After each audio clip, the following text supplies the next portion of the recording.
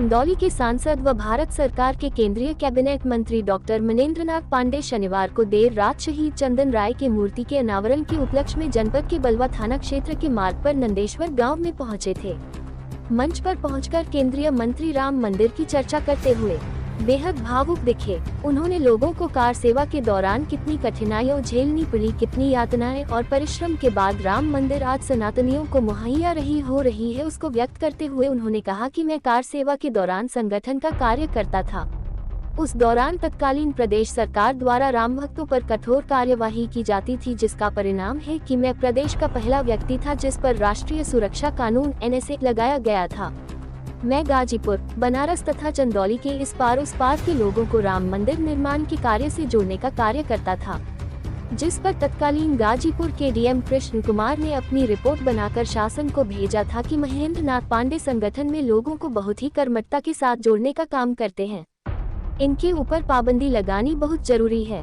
यही नहीं, 6 दिसंबर 1992 को अयोध्या में बाबरी मस्जिद विध्वंस करने के समय भी वहां मैं मौजूद था। उन्होंने उस घटना को इशारों में ही केवल व्यक्त करते हुए कहा कि मैं संवैधानिक पद पर हूं, उसे व्यक्त नहीं कर सकता, लेकिन भगवान राम की प्रेरणा से हम लोगों ने उनको स्थापित करने के लिए बहुत ही यातनाएं सही है और आज समूचे राम भक्तों की आस्था के कारण ही भगवान राम की प्राण प्रतिष्ठा हो रही है और भव्य राम मंदिर उत्सव का कार्यक्रम देश ही नहीं वही विश्व में हो रहा है। कार सेवा के दौरान कई लोगों की जान चली गई, कई चोटिल हुए, कितने लोगों को जेल में यातनाएं सहनी पड़ी, लेकिन उसके बावजूद भी लोगों का विश्वास नहीं दिगा। भगवान के प्रति जो आस्था थी उसी का परिणाम है कि राम राज्य की परिकल्पना की जा रही है। मंच पर कार सेवा के दौरान अपनी भावनाओं को व्यक्त करते हुए केंद्रीय मंत्री भावुक हो गए। उनके उद्बोधन के दौरान जय श्री राम के नारों के साथ पूरा माहौल भक्ति में हो गया।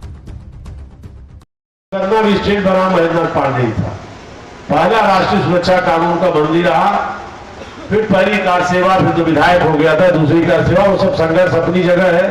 अब संवैधानिक पद पर हूं, नहीं बता सकता 6 दिसंबर 92 में जो हो रहा था उसमें हमने क्या किया, इससे ज्यादा नहीं कुछ बोल सकता।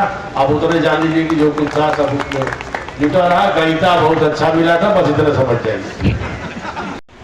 मैं पहला रासुका बंदी उत्तर प्रदेश का, अयोध्या आंदोलन में सबसे पहले, और यहाँ से ज्यादा दूर नहीं, 6 किलोमीटर दूर, इसी सैदपुर तहसील पर मुझे 1990 में जब 172 लोग गाजीपुर के भिन्न जगहों से गिरफ्तार हुए, हम सब लोग उस समय कारसेवकों का जत्था तैयारियां करते थे। दक्षिण से, उत्तर से, भारत के कोने कोने से लोग आने वाले थे।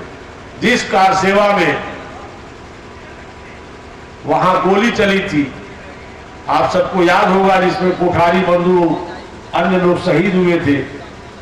उस कार सेवा के पहले ही मुलायम सिंह जी की सरकार गिरफ्तारियां शुरू कर दी थी। उस समय विधायक भी नहीं था, मैं संगठन में काम करता था। और ये बनारस का, ये सैदपुर का पूरा इस पार का इलाका, सोलापुर, चौबेपुर उस पार का, और जखनिया, साधार, सैदपुर, सब उसी क्रम में सबको जुड़ा। तो उस दौरान जो गिरफ्तारियां 172 लोग हुए, तो मेरे बारे में वहां के DM ने लिखा रिपोर्ट, कृष्ण प्रसाद ने, जो बाद में मायावती जी के सचिव भी हुए, कि ये बड़ा संघर्षशील संगठन करता है, इसको जल्दी से NSA निरुद्ध किया जाए। तो हाँ, हमारे संग विजय शंकर राय जी, चंद्रिका पांडे जो स्वर्गवासी हो गए, चमनलाल घन स्वर्गवासी हो गए, सरोज श्रीवास्तव बरियाबाद के स्वर्गवासी हो गए, ओम प्रकाश राय एक और थे, विश्व हिंदू परिषद के, मैं कंफर्म नहीं बता सकता उनका स्वास्थ्य कैसा है।